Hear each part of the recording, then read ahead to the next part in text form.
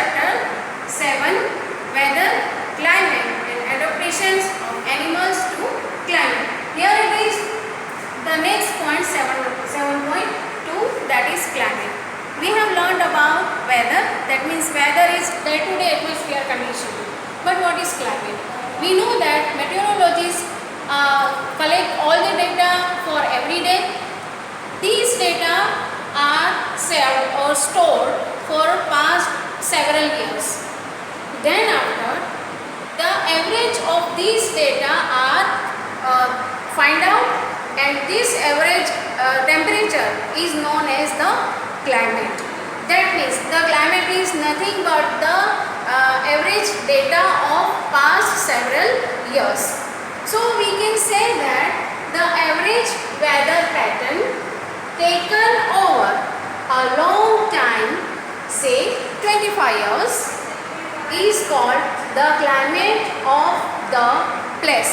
That means हर एक day to day का जो वेदर कंडीशन होता है, उसी वेदर कंडीशन को बहुत सारे साल के लिए स्टोर किया जाता है. इन सब सारे डेटा को कलेक्ट करके फिर उसमें से अगेन एक एवरेज निकाला जाता है, and that average is considered as the climate of that place. तो हम ये कह सकते हैं कि some of the regions are hot regions, some of the regions are cold regions, some of the regions are wet. Wet, that means the region which get too much so much of rain for long time. So all these are, how do we decide this pattern? So we decide by this, collecting the data and taking out the average of that. So that is called climate. Now children, one table is given, that is table 7.2. In this table, two data are given, that means one is for Jammu and Kashmir, another is for Kerala. Now here you can see that these data are given, two tables are given. In this Srinagar, that means in Jammu and Kashmir, and another is Thiruvananthapuram from Kerala. So you can see that this mean temperature is given. Now what is mean temperature? Mean temperature, that means the monthly everyday data are collected, and from that first the average of month are find out. Every month average is find out. Now in 1 year we can say that 12 average we will have.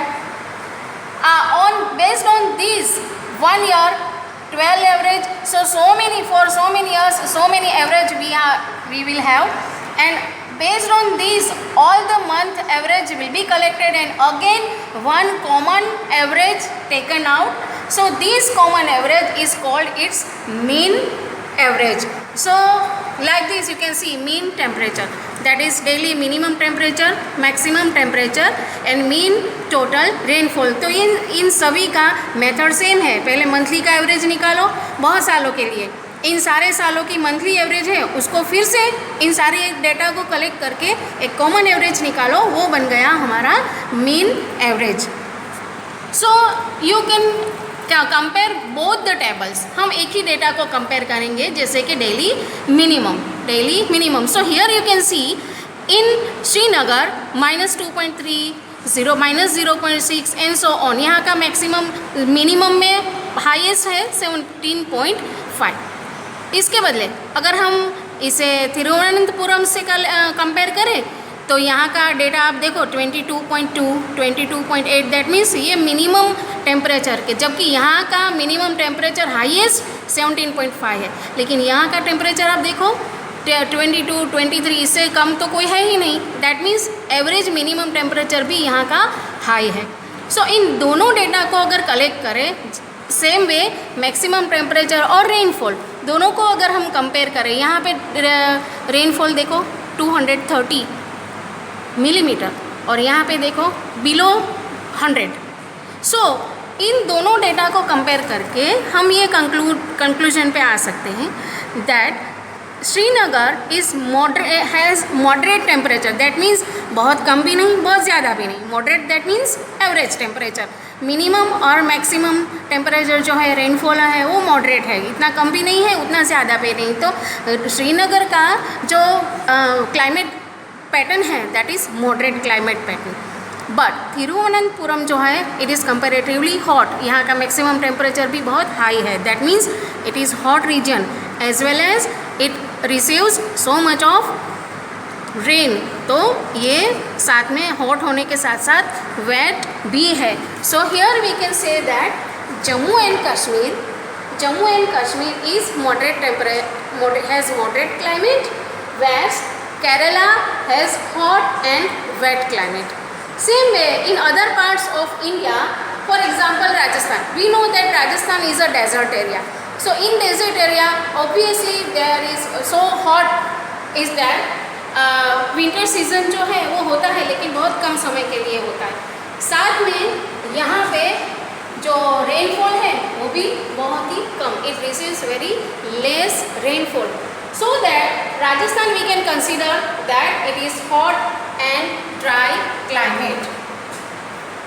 Rajasthan is very hot and dry, has very hot and dry climate.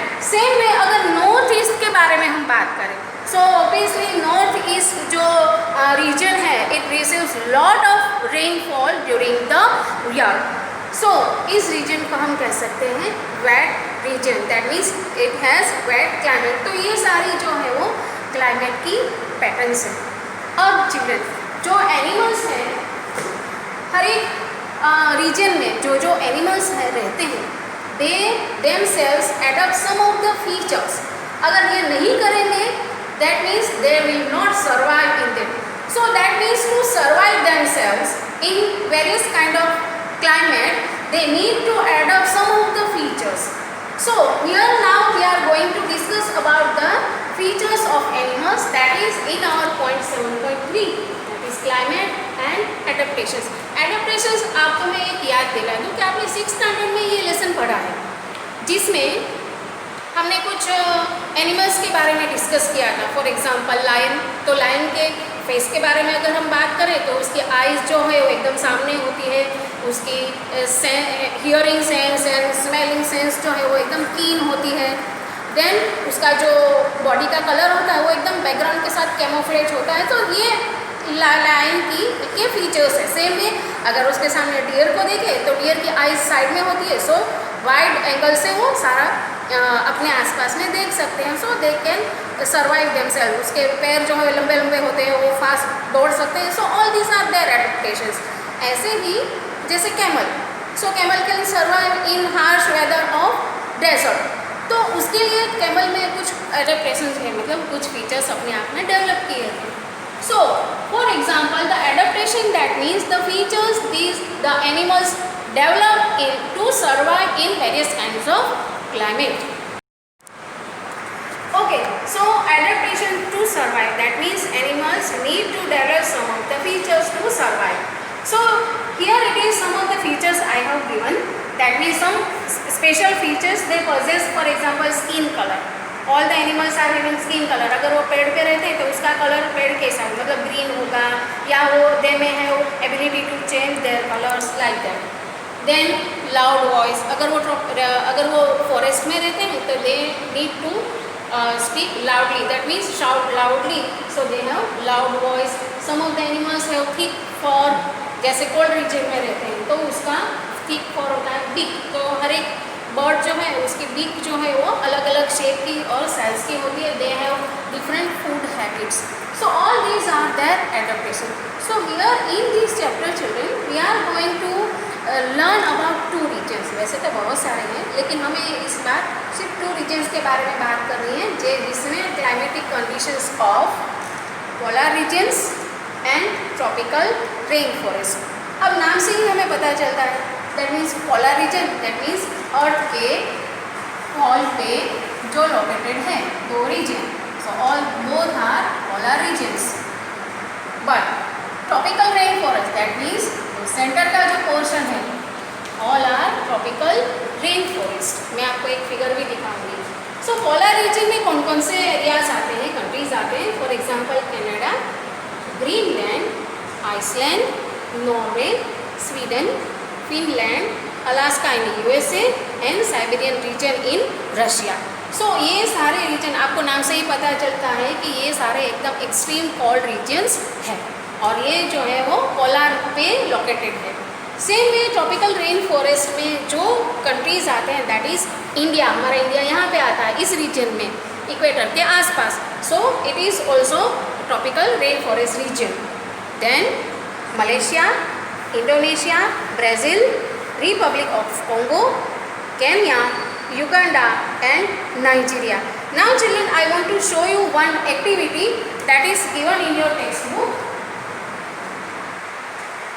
In this activity you have to collect, that is activity 7.2. In activity 7.2